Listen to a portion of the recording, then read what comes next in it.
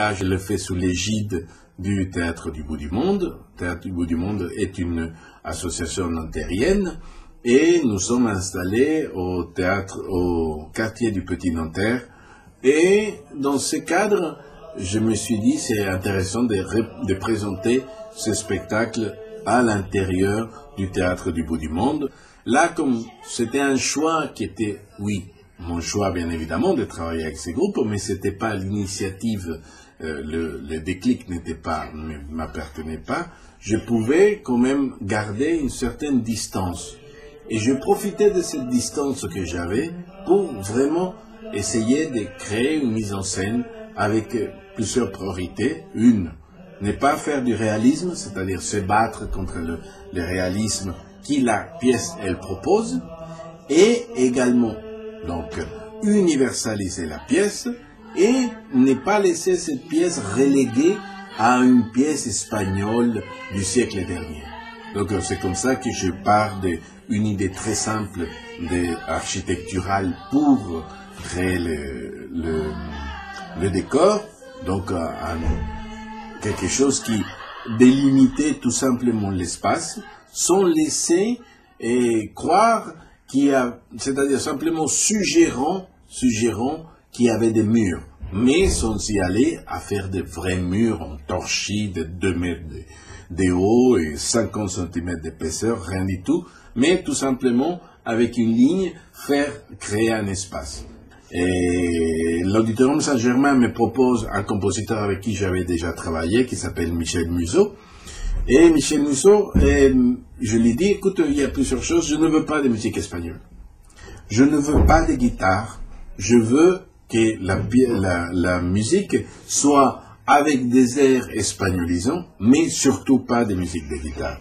Ainsi, et c'est pourquoi on a trouvé que les violoncelles, par sa forme, une sorte de corps de femme, pouvaient nous aider à créer une sorte de musique universelle. Et je traitais la musique comme un chœur antique, c'est-à-dire un chœur qui, des fois, fait avancer l'histoire, des fois commente l'histoire, et des fois, ça est un acteur à part entière. Et ça, c'est par rapport à la musique, quelque chose qui m'intéressait depuis le départ. Voilà.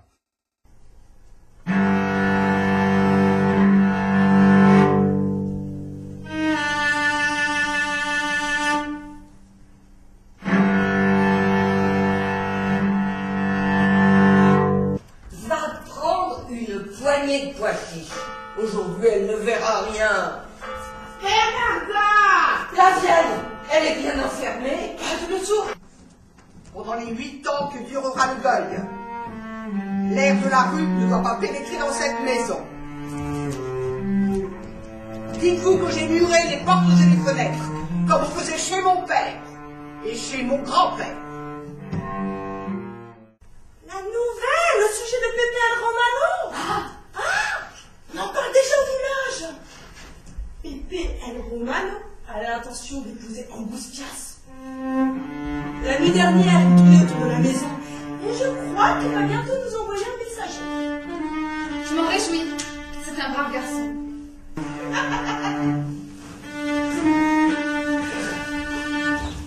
Alors, vous le non plus?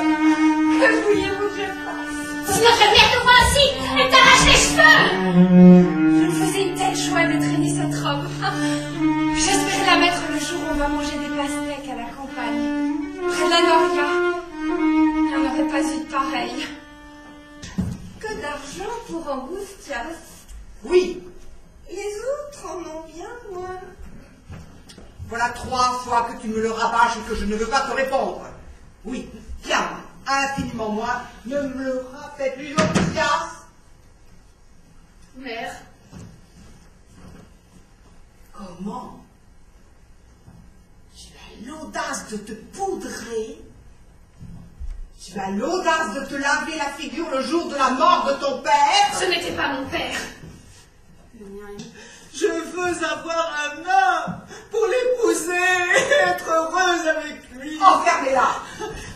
Laisse-moi partir, Bernarda. Et de là, vous autres. Je veux m'en aller d'ici pour me marier, pour Au fond de la mer! Au bord de la mer! Allô, Malo, allô, allô, Malo.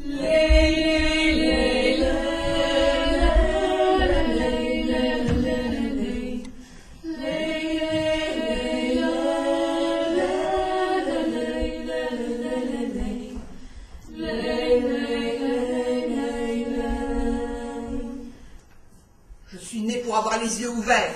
Désormais, je veillerai sans les fermer jusqu'au jour de ma mort. J'ai le droit de savoir. Tu n'as que le droit d'obéir. À d'autres que moi, les racontards. Et toi, mets-toi de tes propres affaires. Désormais, on ne fait plus un pas ici sans qu'on l'entende. Dès son jupon plein de paille de blé. C'est la cour des filles maudites. Filez le mal! Filez les anges! Tiens! Voilà ce que j'en fais de la tyrannie. Personne d'autre ne me commande que Pépé. Adela, Je suis sa femme. Sache-le. Va dans la cour le lui dire. Il est là dehors, qui souffle comme un lion, mon Dieu. le fusil. Personne ne le trouvera. D'ici, tu ne sortiras pas avec ton corps triomphant. Venez, encombre de notre maison. Adela, la plus jeune des filles de Bernarda Alba, est morte vierge. Vous m'avez entendu? Silence. Silence. Silence. Silence. J'ai dit silence.